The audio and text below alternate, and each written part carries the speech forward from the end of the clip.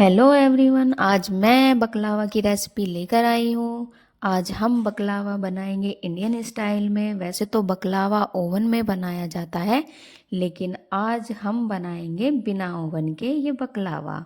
और ये बहुत ही टेस्टी, क्रिस्पी और फ्लेक्सी बन के रेडी होगा। ये बकलावा तुर्किश की बहुत ही फेमस डिश है। तो आइए बिना देरी किए हम शुरू करते हैं बकलावा की ये टेस्टी डिश।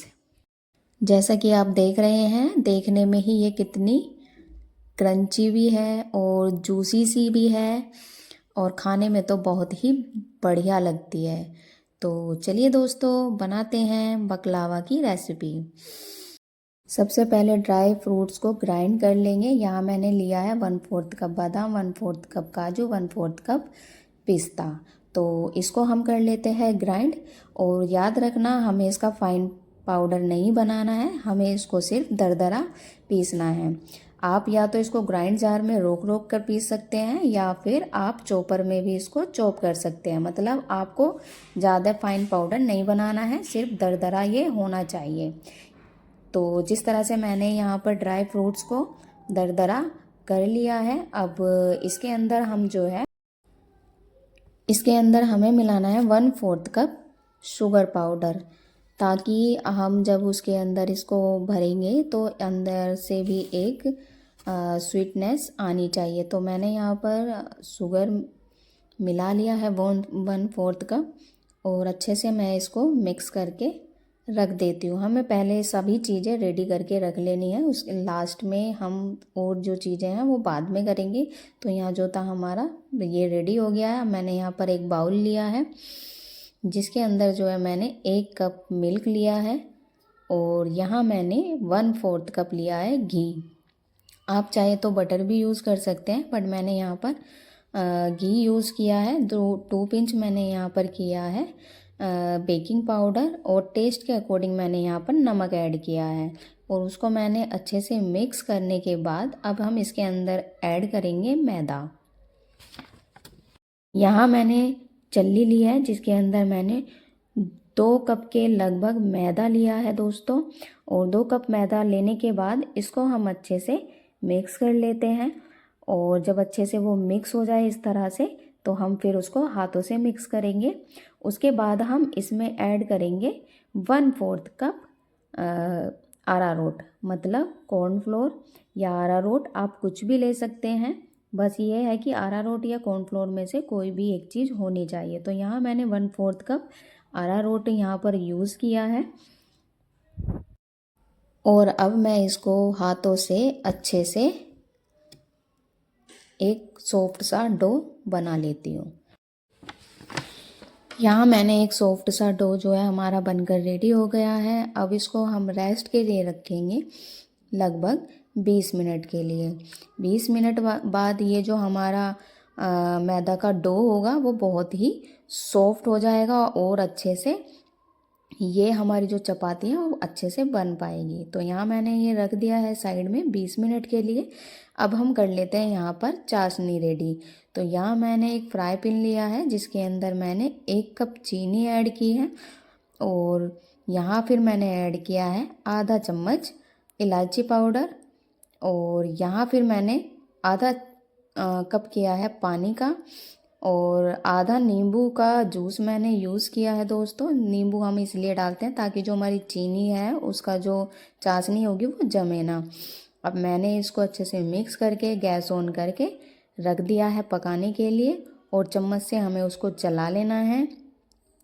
अब हम इसको पकाना है। तो हमारी जब चाशनी है हमने वो पकने के लिए रख दी है।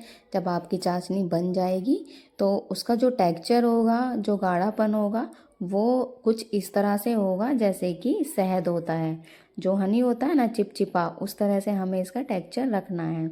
तो या फिर आप ये भी कह सकते हैं कि जब चाशनी में एक तार आ जाए तो आपकी चाशनी यहाँ पर रेडी हो जाती है। तो हमारी जो चाशनी थी वो यहाँ पर रेडी हो गई है। अब मैंने वो नीचे गैस से उतार ली है। अब यहाँ पर हम इम्पोर्टेंट एक चीज़ ऐड करेंगे, ये आप स्किप मत करना, ये आपको ऐड करना बहुत ज़रूरी है। अब आप यहाँ पर ऐड करेंगे हनी।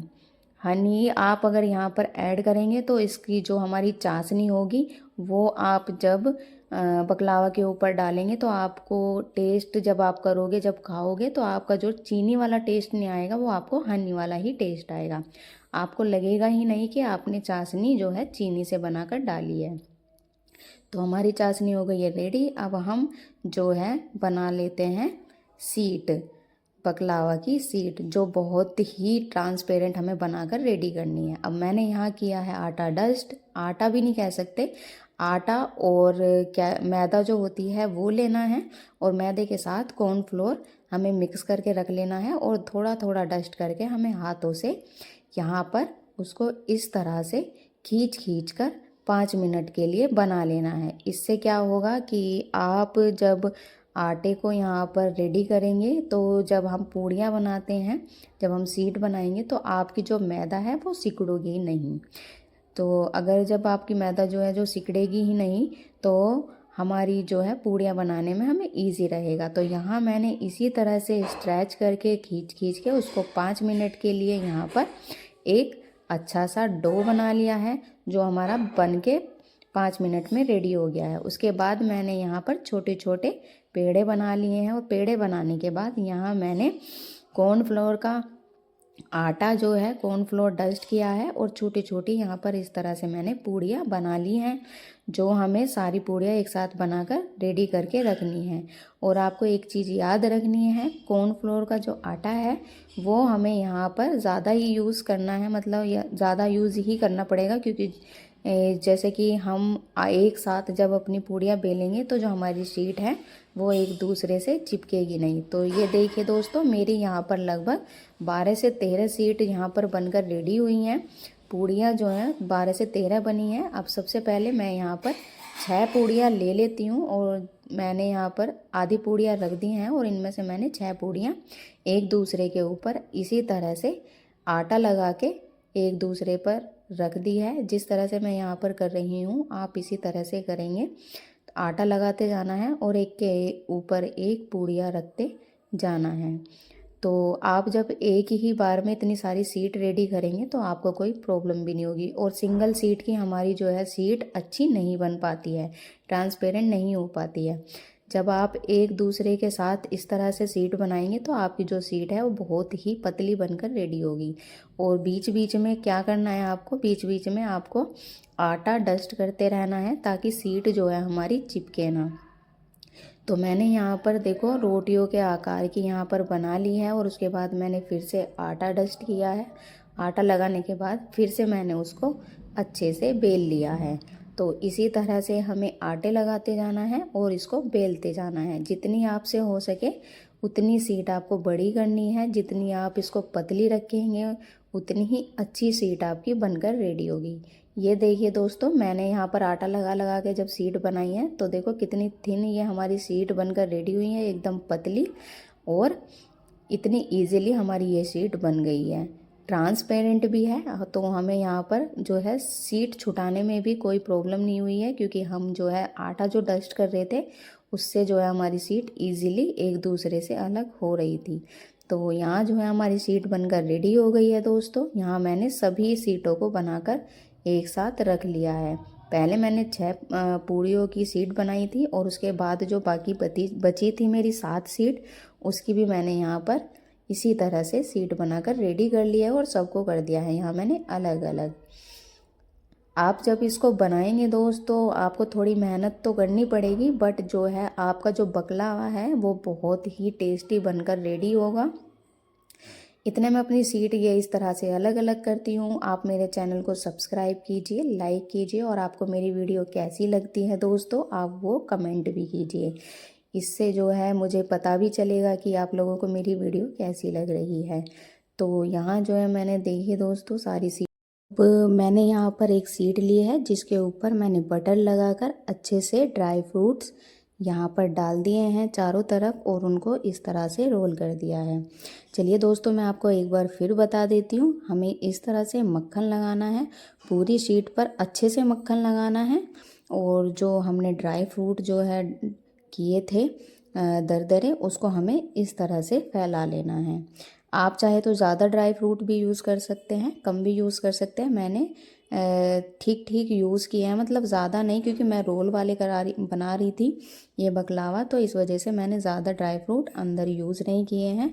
तो यहाँ जो है मैंने ड्राई फ्रूट लगाने के बाद पहले थोड़ी सी शीट उसको फोल्ड कर दिया था। उसके बाद मेरे पास कोई वैसे पाइप नहीं था, तो इस वजह से मैंने यहाँ पर एक पेंसिल ली है। उस पेंसिल से मैंने यहाँ पर इसको राउंड राउंड करके पूरा घुमाकर पूरा एक सर्कल बना लिया है, एक गोल आकार, मतलब पाइप के आकार का। और फिर जब हमारा ये जो रोल है वो बनने के बाद हमें एक दूसरे की साइड को स्ट्रेच करना है, जैसे कि मैं यहाँ कर रही हूँ। इससे एक डिज़ाइन भी आ जाएगा और देखने में भी बहुत सुंदर लगेगा आपका ये बकलावा बनने के बाद। तो मैंने इसी तरह से सारे रोल जो है रेडी कर लिए हैं, और उसके बाद हम जो है पेंसिल उसके अंदर से निकाल लेंगे। इसके अंदर से जो पेंसिल है वो बहुत इजीली निकल जाएगी, ज़्यादा प्रॉब्लम नहीं होगी। तो देखिए दोस्तों, इस तरह से हमारा डिज़ाइन आ जाएगा। तो मैंने इसी तरह से सभी सीटों को रेडी करके रख लिया है। सभी पे मैंने मक्खन लगा लिया है, और सभी पे मक्खन लगाने के बाद मैंने ड्राई फ्रूट्स लगाकर इसी डिज़ाइन के सभी बकलावा को बनाकर रेडी कर लिया है। यहाँ मैंने एक प्लेट में खूब सारा बटर लगाया है, और बटर लगाने के बाद इसके ऊपर मैंने सभी जो सीट बनाकर रेडी की थी उनको आगे पीछे से तो कट करके, जो एक्स्ट्रा हमारा आटा था, जो एक्स्ट्रा सीट थी, वो मैंने इस तरह से कट करके सभी को प्लेट के अंदर सेट कर दिया है। सभी को हमें इसी तरह से कट कर लेना है और प्लेट में सेट कर देना है। और प्लेट में सेट करने के बाद हम इनके कट कर लेते हैं यहाँ पर पीसेस। आपको जिस आकार के पीसेस रखने हैं आप उस आकार में कट कर सकते हैं। मैंने यहाँ पर मीडियम साइज़ के पीसेस कट किए हैं इसी तरह से, ताकि जब हम इसके ऊपर मक्खन डालेंगे, जो बटर डालेंगे, वो अच्छे से अंदर तक सिक पाए और जो हमारी शीट है वो एकदम क्रंची बनकर रेडी हो। तो यहाँ हमारे जो बकलावा के रोल थे वो मैंने सभी को कट कर लिया है। यहाँ हमारे हो गए हैं ये रेडी। अब यहाँ मैंने, हमारे पास ओवन नहीं था तो मैंने यहाँ पर नमक डाल के उसे मीडियम टू हाई फ्लेम पर हॉट कर लिया था, गरम कर लिया था। तो उसमें भी हमारी अच्छी सी गर्माहट बन गई है। तो उसको फिर मैंने, जो प्लेट थी उसको मैंने रख दिया है कढ़ाई के ऊपर, और इस तरह से मैंने सभी पर लगाया है मक्खन। यहाँ हमें मक्खन और घी, आप कुछ भी यूज़ कर सकते हैं, ज़रूरी नहीं है कि आपको सिर्फ बटर ही यूज़ करना है। मैंने यहाँ पर बटर और घी दोनों का यूज़ किया है, मिक्स कर लिया था मैंने। तो मैंने यहाँ दोनों चीज़ों का यूज़ किया है, उसको मिक्स करके अच्छे से चारों तरफ सीट पे बटर लगा लिया है। और खूब सारा हमें यहाँ पर बटर और घी का यूज़ करना है, ताकि हमारे जो ये रोल्स हैं वो नीचे से जले ना, और मीडियम टू हाई फ्लेम पे हमें इनको पकाना है और ये अंदर तक अच्छे से सिक पाए। तो यहाँ मैंने सभी पर इसी तरह से लगाकर इसको 60 मिनट के लिए मीडियम टू लो फ्लेम पर पकाने के लिए रख दिया है। अब जब 60 मिनट बाद हम देखेंगे दोस्तों, देखिए कितना अच्छा इसका कलर निकल कर आया है, और ये हमारा जो है रेडी हो चुका है। अब जो हमने बनाया था चाशनी चीनी और शहद का, अब हम इसको यहाँ पर डाल देते हैं। या तो आपकी चाशनी थोड़ी सी वार्म होनी चाहिए, या फिर आप जब ये बकलावा बनाकर इस तरह से सेक कर रेडी कर लें, या फिर आप गरम गरम पे इस तरह से डाल दें। तो यहाँ जो है मेरा जो चाशनी था वो ठंडा हो गया था, लेकिन जो हमारा बकलावा सीट बनकर रेडी हुआ था वो नरम था, गरम था थोड़ा सा। तो उसके ऊपर मैंने ये हनी डाल दिया है और इसको रख दिया है मैंने 1 घंटे के लिए। अब ये देखिए दोस्तों, आप देख ही रहे होंगे कि जो हमारा बकलावा है देखने में भी तो कितना सुंदर लग रहा है, तो खाने में तो बहुत ही टेस्टी ये बकलावा बनकर रेडी हुआ है। और वैसे तो मैंने ये जो बकलावा था वो बहुत ही सोच समझ कर बनाया था कि पता नहीं बनेगा या नहीं बनेगा, बट जब मैंने ये बनाया तो बनाने के बाद जब ये मैंने टेस्ट किया और घर में सबने टेस्ट किया तो सबको ये बहुत ही टेस्टी लगा। आप भी इसको अपने घर पर इजीली बनाकर खा सकते हैं। ये यकीन मानिए बहुत ही टेस्टी बनकर रेडी होता है और यूनिक डिश है। तो बाहर की जो स्वीट डिश है वो भी आप अपने घर पर बनाकर खा सकते हैं। तो चलिए दोस्तों, मैंने तो बकलावा बनाकर खा लिया है, अब आपकी बारी है। आप भी अपने घर में बकलावा बनाइए, खाइए और सबको खिलाइए। तो दोस्तों, आप मेरा चैनल सब्सक्राइब करना ना भूलें और शेयर करना भी ना भूलें। और आप बताइए मेरी जो डिश है वो आपको कैसी लगी। तो चलिए दोस्तों, मिलते हैं नेक्स्ट एक नई वीडियो के साथ और एक नए दिन के साथ। आप सब अपना ध्यान रखना। सर्दी आ गई है तो थोड़ा सा सर्दी से बच के रहना। चलिए दोस्तों, बनाइए बकलावा और खाइए। Okay, take care, bye bye.